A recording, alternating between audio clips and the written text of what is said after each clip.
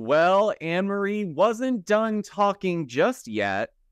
The one season wonder, 8.5, as a lot of us have been calling her, went on Carlos King and spilled as much as she could, but interestingly, she only went after two individuals. We need to talk about this.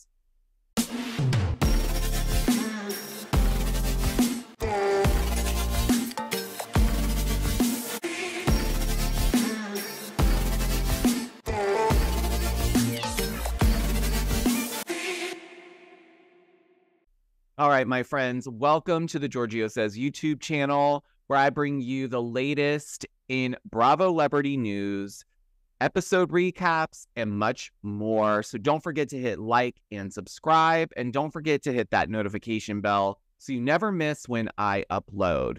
Okay, this was a great interview from the viewpoint of I really like Carlos. I like the way that he interviews people. I like the questions that he asks because he really gets into what everyone really wants to know, as well as himself, I'm sure.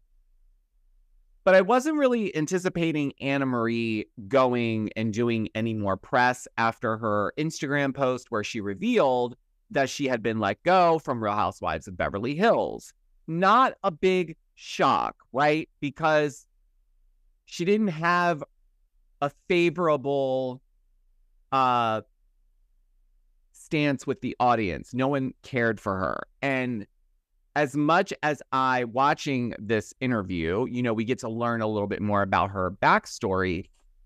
And unfortunately, it seems as though production had to pull something really quick midway through filming this last season, because clearly there was nothing really going on, okay?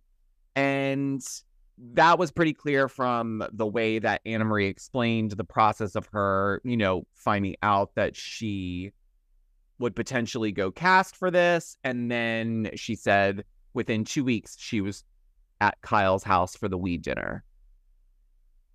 And she wasn't really properly introduced. She just popped in. They just literally threw her in there. They didn't give her a backstory. We didn't find out anything. And then obviously we found out at the reunion there was a ton of things going on in her personal life, like sadly, her losing her mom.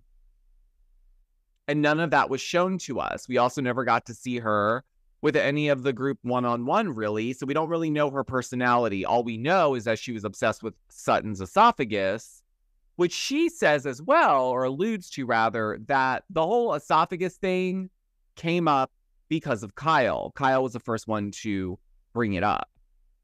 And I think what Annemarie was also trying to imply is that, because Kyle's the one that called her asking if she would want to come join the Real Housewives of Beverly Hills, it kind of allegedly could be,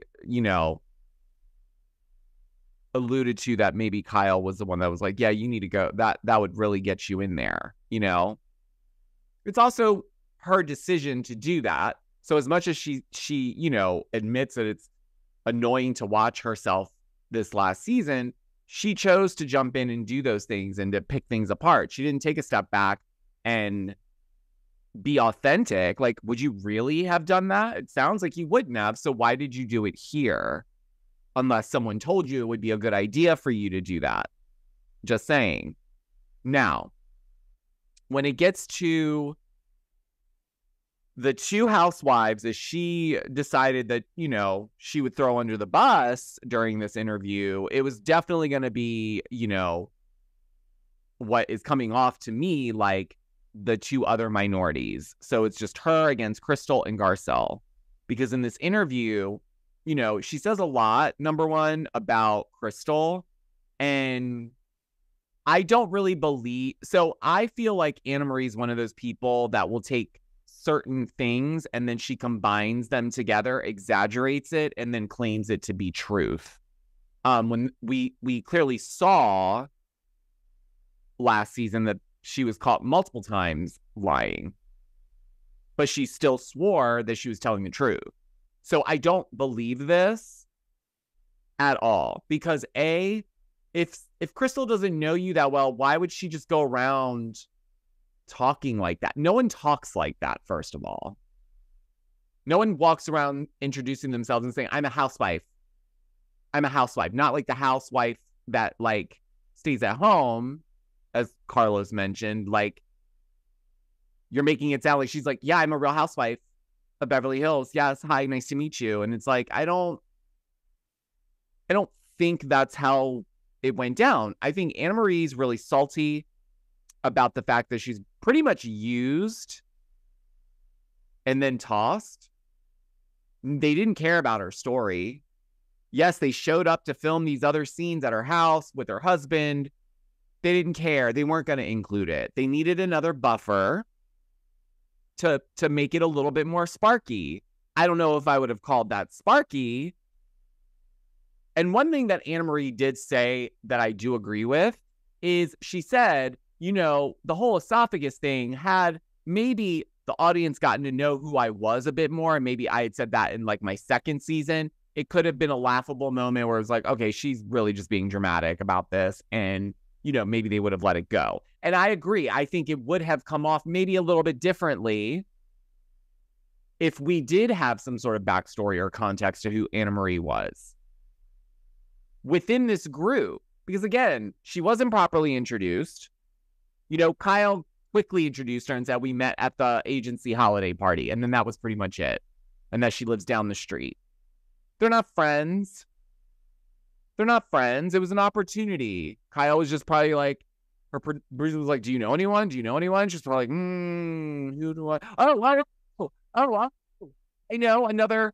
There's a really lovely Black family that lives down the street from me. They are wealthy. He does sports commentating, and you know, she's very strong, and she's an athlete, and she's a mom, and she lives down the street. Oh my gosh, let me call her. That's what essentially happened.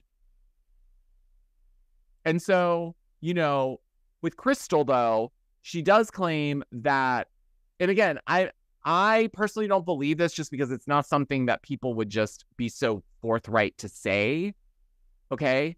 But she claims that when they were all on their way to Spain, and, you know, she says that midway to getting to Spain, I guess they were at Heathrow, she says that this was after Dorit's homeless, not toothless event where Crystal called Annemarie a bitch.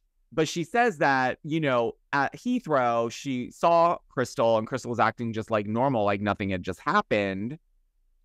And she kind of called her out on it. She's like, what are you doing? Why are you bringing my profession into this? Blah, blah, blah, blah, blah. And she says Crystal's response to her, and she says verbatim, okay? Meaning, this is not my depiction of what she said. This is exactly what she said. She is confident in that what she said out loud, that Crystal said, allegedly, was verbatim. Meaning, she went up to her and was like, oh, Crystal goes, it's not a big deal. Lisa Rinna used to make stuff up all the time.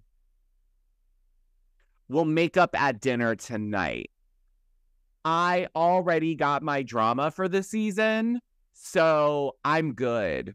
I'm definitely going to be asked back next season. Because Annemarie's claiming that Crystal, felt that she was already on her way out with the show, and she needed to do something to step it up.